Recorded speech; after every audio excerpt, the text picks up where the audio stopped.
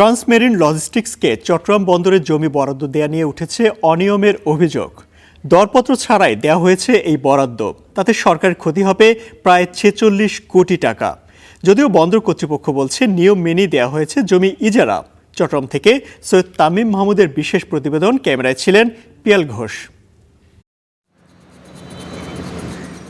চট্টগ্রাম বন্দরের মালিকানাধীন পূর্ব পতেঙ্গা মৌজার ১৪ নং খাল সংলগ্ন এলাকায় নতুন আরেকটি টার্মিনাল নির্মাণ নিয়ে জমি ইজারা দেয়াকে কেন্দ্র করে চলছে আলোচনা সমালোচনা। নথিপত্র বলছে গেল বছরের মার্চে প্রথম ধাপে ট্রান্সমেরিন লজিস্টিক্স লিমিটেডকে উন্মুক্ত দরপত্রের মাধ্যমে ৭ একর জমি ইজারা দেয় বন্দর কর্তৃপক্ষ। তবে ৩ মাস পর দরপত্র ছাড়াই পূর্বের শর্তাবলী অনুসরণ সাপেক্ষে আরও ৩.৬৬ একর জমি বরাদ্দ দেয়া হয়। যদিও বন্দরের নীতিমালা অনুযায়ী দরপত্র ছাড়া ৬ মাসের বেশি কোনো জমি ইজারা দেওয়ার সুযোগ না থাকলেও বরাদ্দ দেয়া হয়েছে ২০ বছরের জন্য। এখানেই শেষ নয়, প্রতিষ্ঠানটিকে দেয়া হয়েছে ২ বছরের কর রেয়াতি সুবিধাও। এতে সরকারের ক্ষতি হবে প্রায় ৪৬ কোটি টাকা। যদিও এসব অভিযোগ অস্বীকার করে বন্দর কর্তৃপক্ষ দাবি করছে সব নিয়ম মেনেই হয়েছে। ২০২২-এর যে চট্টগ্রাম বন্দর আইন, সেখানে কিছু সুনির্দিষ্ট অথরিটি দেয়া আছে, সেই অথরিটির ভিতরে কার্যক্রমগুলো পরিচালিত হচ্ছে। এখন সেখানে যদি পরবর্তীতে তাকে জমির পরিমাণ বাড়ানো হয়, সেই জমির পরিমাণ বাড়ানোর কারণে কোনো সুনির্দিষ্ট আইন ভঙ্গ হয়েছে কিনা সেটা দেখতে হবে। এদিকে বন্দরের নথিতেই সতর্ক করা হয়েছিল বরাদ্দ দেয়া জমিটি চ্যানেল ড্রেজিংয়ের বালু ও মাটি রাখতে ব্যবহার হয়। অন্যদিকে এখানে কোনো স্থাপনা হলে সংকুচিত হবে বন্দর চ্যানেল, নাব্যতা হারানোর শঙ্কায় থাকবে কর্ণফুলী নদী। এখানে যদি কোনো জেটি করতে হয় তাহলে সেই ক্ষেত্রে আপনি দেখবেন যে আমাদের চ্যানেলের যে উইথ, সেই প্রশস্ততা অনেক কমে যাবে, কারণ এখান থেকে অলমোস্ট ২০০ থেকে ২৫০ মিটার ভিতরে যেতে হবে। তার মানে ২৫০ মিটার পর্যন্ত চ্যানেলটা শ্রিঙ্ক করবে। ওয়েল প্ল্যান করে এটা করছি যাতে নাব্যতা, আদারওয়াইজ এই কর্ণফুলী নদীর নাব্যতা রক্ষা না করে এই শিপিং ম্যানেজমেন্টটা আমাদের পক্ষে করা আসলে সম্ভবত না।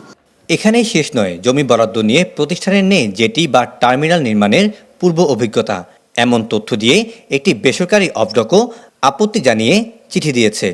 চাইলেই কেউ কিন্তু যে কোনো জায়গাতে জেটি নির্মাণ করতে পারবে না। সো জেটি নির্মাণ করার জন্য তার যে সমস্ত পরীক্ষা নিরীক্ষাগুলো এবং অনুমোদনগুলো নিতে হবে, সেই অনুমোদন প্রক্রিয়া যদি এটার উপরে কোনো অ্যাডভার্স এফেক্ট না পড়ে, অনলি তখনই তাকে পারমিশন দেওয়া হয়। এসব বিষয়ে ট্রান্সমেরিন লজিস্টিক্স ও ইয়াংমিং লাইনারের ব্যবস্থাপনা পরিচালক সৈয়দ ইকবাল আলী শিমুলের সাথে স্টার নিউজ যোগাযোগ করলে ক্যামেরার সামনে এ বিষয় নিয়ে কোনো কথা বলতে রাজি হননি তিনি। আমি এখানের মুখপাত্র না, কথা বলবে কিনা আসলে আমাদের কাউকেই অথরাইজ করে নাই কথা বলার জন্য। চট্টগ্রামের নাগরিক সমাজের প্রতিনিধিরাও বলছেন জমি বরাদ্দের পেছনে কোনো গোপন সমঝোতা আছে কিনা তা সরকারের খতিয়ে দেখা উচিত। কোনো রকম ঘাপলা আছে, ঘাটতি আছে, তারাও আন্ডার হ্যান্ডস ডিলিংয়ের সাথে সম্পৃক্ত। বন্দরের মূল্যবান সম্পদ, এটা জাতীয় সম্পদ, এরকম করে নয় ছয় করার কোনো সুযোগ অধিকার কারো নাই।